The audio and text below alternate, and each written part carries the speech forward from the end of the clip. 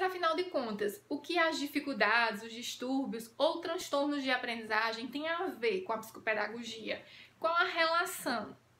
Nós sabemos que a psicopedagogia ela é uma área do saber científico que envolve especificamente os conhecimentos da pedagogia e da psicologia.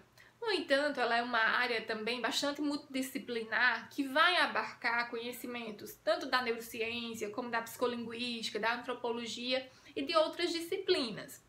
O olhar da psicopedagogia ele vai estar voltado, nós sabemos, para a aprendizagem do sujeito e para as dimensões que compõem os processos de aprendizagem. E sendo assim, a avaliação da aprendizagem de um determinado sujeito, seja ele uma criança ou um adolescente, vai se dar a partir da psicopedagogia por meio de uma avaliação psicopedagógica ou avaliação diagnóstica, como queira chamar. No decorrer dessa avaliação, são aplicados alguns testes, provas, entrevistas, que a depender da base teórica metodológica utilizada pelo psicopedagogo, vai ter uma sequenciação diferenciada, certo?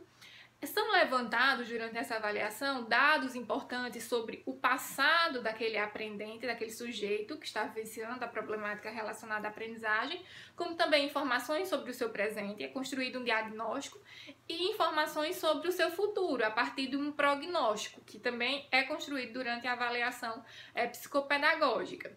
É importante salientar que a avaliação psicopedagógica ela vai partir sempre de uma queixa. Queixa é uma nomenclatura utilizada para designar uma problemática relacionada à aprendizagem. Essa queixa geralmente ela é traga pela família ou pela escola. Geralmente relaciona-se à aprendizagem do sujeito. Um exemplo, Maria, minha filha, ela tem 9 anos de idade e ela ainda não sabe ler e escrever. O João, ele não consegue acompanhar a turma na disciplina de matemática. Ritinha, ela não tem um traço regular, ela tem a letra muito feia, ela não consegue desenvolver algumas letras. Então, são algumas problemáticas, são algumas queixas que chegam até o psicopedagogo e que ele vai aplicar um protocolo extenso através de provas e testes e vai analisar essa queixa a partir do tempo e espaço, a partir da família, a partir da escola, a partir do ambiente social que aquele indivíduo, que aquele aprendente está inserido, bem como vai analisar a possibilidade de uma patologia. Durante o processo de avaliação, são levantadas algumas hipóteses que são descartadas ou confirmadas no decorrer da aplicação dos testes, das provas, dos encaminhamentos, da realização de alguns exames que serão realizados. Então, a avaliação psicopedagógica ela vai ser muito importante para definir a aprendizagem de um determinado sujeito, não somente para trabalhar, identificar as dificuldades de aprendizagem, mas também as potencialidades na aprendizagem daquele sujeito que está sendo avaliado. Como eu disse, a avaliação psicopedagógica ela é composta por um extenso protocolo, onde são aplicados provas, testes, entrevistas, tanto com o sujeito investigado, o sujeito aprendente, como também com a família, como é o caso da anamnese, da entrevista contratual. Enfim, a depender da base teórica metodológica adotada pelo psicopedagogo, como eu disse anteriormente, essa avaliação ela vai seguir uma determinada sequenciação. Nós vamos ver hoje a sequenciação proposta pela teoria epistemológica convergente de Jorge Visca. De acordo com essa teoria, a avaliação psicopedagógica ela vai ser realizada, ela deve ser realizada entre 8 a 10 sessões, a depender das necessidades que são identificadas durante o processo investigativo, certo? Na primeira sessão, nós vamos realizar a entrevista contratual ou entrevista de enquadramento. Essa entrevista ela é realizada com a família ou com os responsáveis do sujeito, não vai ser realizada com o sujeito. A segunda a sessão seria realizada com o sujeito diretamente, vai ser a EOCA, entrevista operatória centrada na aprendizagem. A terceira e quarta sessão, ou terceira sessão, dependendo das necessidades do psicopedagogo, dependendo das identificações que são realizadas, vai ser aplicada as provas operatórias. Depois, as provas projetivas, que também pode ser em 1 ou 2 sessões. Depois, se houver necessidade, as provas pedagógicas e, por fim, a anamnese, que é aplicada com a família ou com o responsável daquele sujeito, certo? A primeira sessão, como eu disse, é a entrevista contratual ou a entrevista de enquadramento, de acordo com a teoria epistemológica convergente de Jorge Visca. Se você for ver outros autores, você vai ver que o primeiro seria a anamnese. Mas, como nós estamos estudando a teoria epistemológica convergente, a primeira sessão seria a entrevista contratual ou de enquadramento.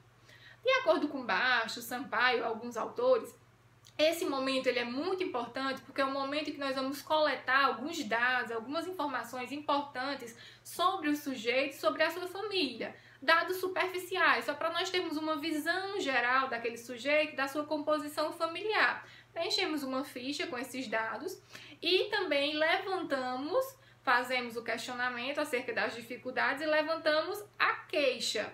A queixa, ou seja, a dificuldade da aprendizagem vivenciada pelo sujeito que será investigado durante o nosso processo de avaliação diagnóstica. É um momento também que nós repassamos informações sobre a avaliação psicopedagógica. Nós esclarecemos os objetivos da avaliação psicopedagógica, a quantidade de sessões que serão necessárias para se chegar à hipótese final, apresentamos os instrumentos que serão realizados no decorrer da avaliação psicopedagógica. Então, é um momento de esclarecimento, é um momento de levantamento de informações e de repasse de informações, certo? É realizada com a família, como eu disse anteriormente, não é realizada com o sujeito investigado, vai ser realizada com a família ou com o responsável daquele sujeito. Após esse primeiro momento, quando a família sai, se retira do consultório, o psicopedagogo ele vai fazer o levantamento de hipóteses com base naquela queixa que foi traga pela família ou pelo responsável. Um exemplo, vamos dizer que a queixa foi: a filha tem 9 anos de idade, tem dificuldade na leitura e na escrita. Então, assim, é uma queixa, porque assim, uma criança com 9 anos de idade ainda não ter desenvolvido a leitura e na escrita, ela já teria a possibilidade de ter desenvolvido essas habilidades e competências. Então, a partir dessa queixa, dificuldade na leitura e na escrita, com 9 anos de idade, a gente vai levantar hipóteses. O que está relacionado a isso? Poderia ser uma dislexia, poderia ser TDAH, poderia ser disgrafia, poderia ser fragilidades no processo de alfabetização. Então, vão ser levantadas hipóteses que vão ser confirmadas ou descartadas na aplicação dos testes, provas, dos exames em que nós vamos fazer encaminhamento para outros profissionais, certo? Então, esse vai ser o primeiro momento.